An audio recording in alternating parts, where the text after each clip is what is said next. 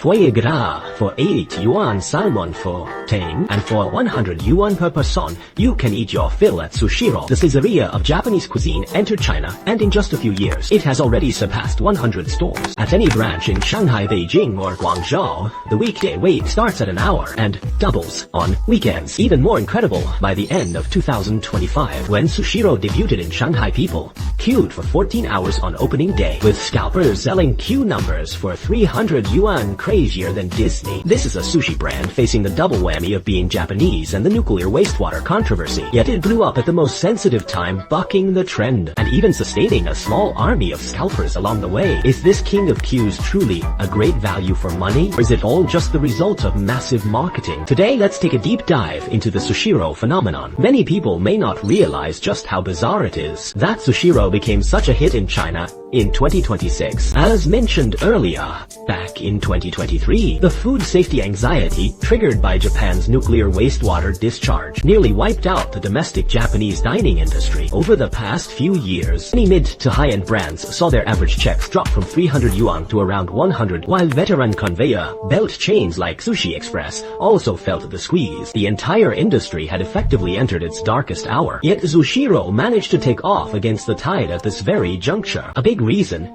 is that in the face of this crisis of trust, Sushiro's performance in standardization and transparency was actually quite solid. You see, the Japanese food category is somewhat similar to coffee. The market is full of high-end boutique independent workshops, those sketchy chefs with questionable backgrounds, using ingredients of even more dubious origin, daring to charge prices that make you question your life.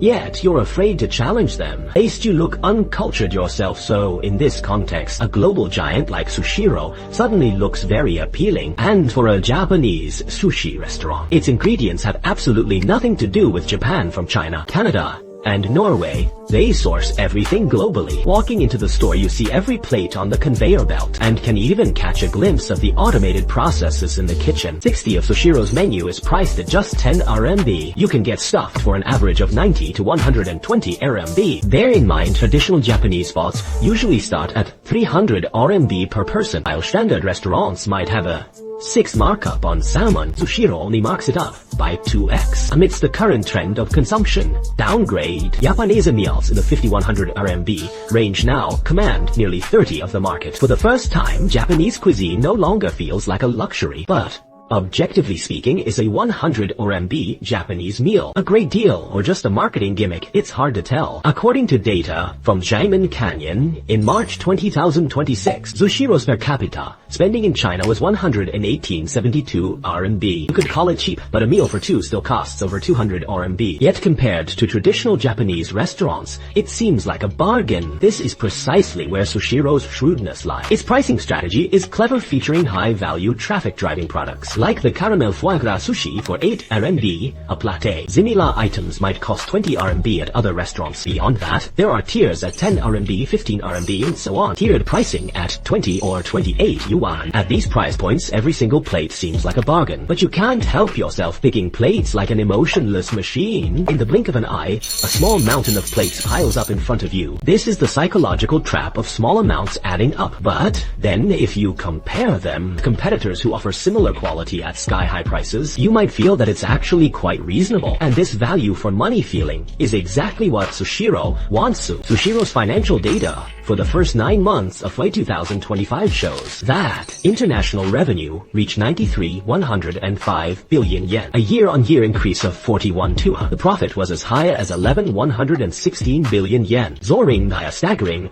118.9% year-on-year. The Chinese market is a massive contributor to Sushiro's overseas profitability. If you look closer, you'll see that Sushiro is running its business like McDonald's. Through ultimate supply chain management and operational efficiency, they minimize costs, providing consistent quality products at relatively fair prices, profiting from high volume and high turnover rates. So is it truly a good value for the money? First of all, the price isn't exactly cheap, but for consumers used to the high premium of Japanese cuisine, the answer is a definite yes. However, the 10-hour queues and the rampant scalping are ultimately driven by heavy marketing. In today's business world, being a hit with every new branch can't be achieved by word of mouth alone. Sushiro's marketing brilliance lies in turning a meal into a massive immersive game. It understands how quickly young people lose interest. With over 100 staples, the menu also sees rapid updates on a seasonal, quarterly, or even monthly basis. Since July 2025, they have launched 44 new products in just a few short months. This rapid pace gives you a reason to keep coming back for more. Interestingly, they've even turned food luck into a form of social currency. You never know what the next plate of sushi passing you on the belt will be like, or how its quality will be. It might be a piece of plump, beautifully marbled salmon, or it could be a lean, athletic-looking cut. If you pick the latter, you just have to blame it on bad luck. But posting a sarcastic update about it can easily go viral. The thrill of this fish gambling, combined with tips like sitting near the kitchen for first pick, has spread across social media,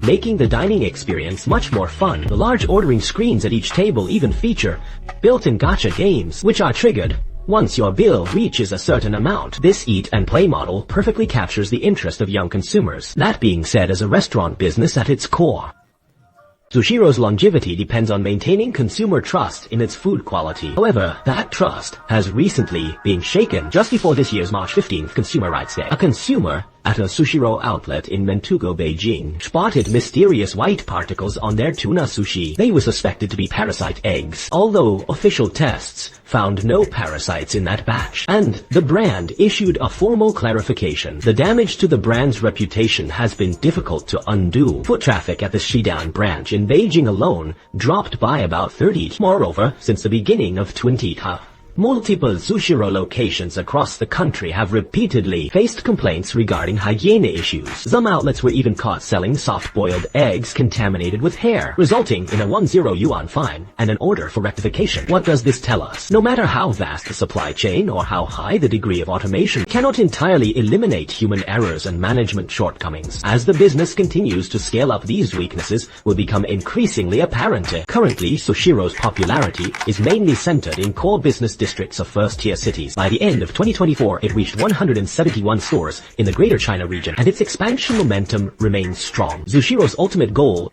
is to reach 500 stores across China. But is this goal perhaps too optimistic? Look at its rival Kura Sushi, which entered the Chinese mainland market with great confidence, only to withdraw in defeat after opening 3 stores and losing over 80 million yuan. Other competitors are equally ambitious. For instance, Hama Sushi, with an average check of 60 to 70 yuan, has already opened over 100 locations. Even Haidilao is getting in on the action, launching its own conveyor belt sushi brand in the second half of 2024, entering the fray to grab a slice of the market. However, consumer novelty has a shelf life. As mentioned earlier, if we look at product quality alone, Sushiro doesn't particularly stand out. It still relies heavily on new menu items and IP collaborations to stay relevant. Once the pace of innovation slows or aesthetic fatigue sets in, repurchase rates may decline. Spending 100 yuan just to gamble on fish and play games for a casual meal is not actually a great value proposition. Ultimately, Sushiro's explosive success in China is both a well-orchestrated commercial victory and a product of its specific time. In fact, the domestic Japanese food market has long been plagued by excessive premiums. Consumers have long been aware of the lack of transparency regarding quality, yet they have always felt they had little choice. The reason why people choose Sushiro is essentially a pragmatic move amid information asymmetry and limited options, a reluctant compromise favoring big brands and standardization. This is because they have indeed mastered a dual-pronged strategy. They use peak efficiency and automated equipment, coupled with an intelligent supply chain to keep their products affordable. Meanwhile, their gamified experience and precise IP marketing provide added value, effectively boosting the overall cost effectiveness of this Japanese casual meal. But ultimately, traffic and marketing only bring fleeting success. At its core, a food brand requires solid management, transparent processes, and genuine respect for the consumer to earn and maintain long-term trust. Otherwise, today's Q King could easily become tomorrow's cautionary tale.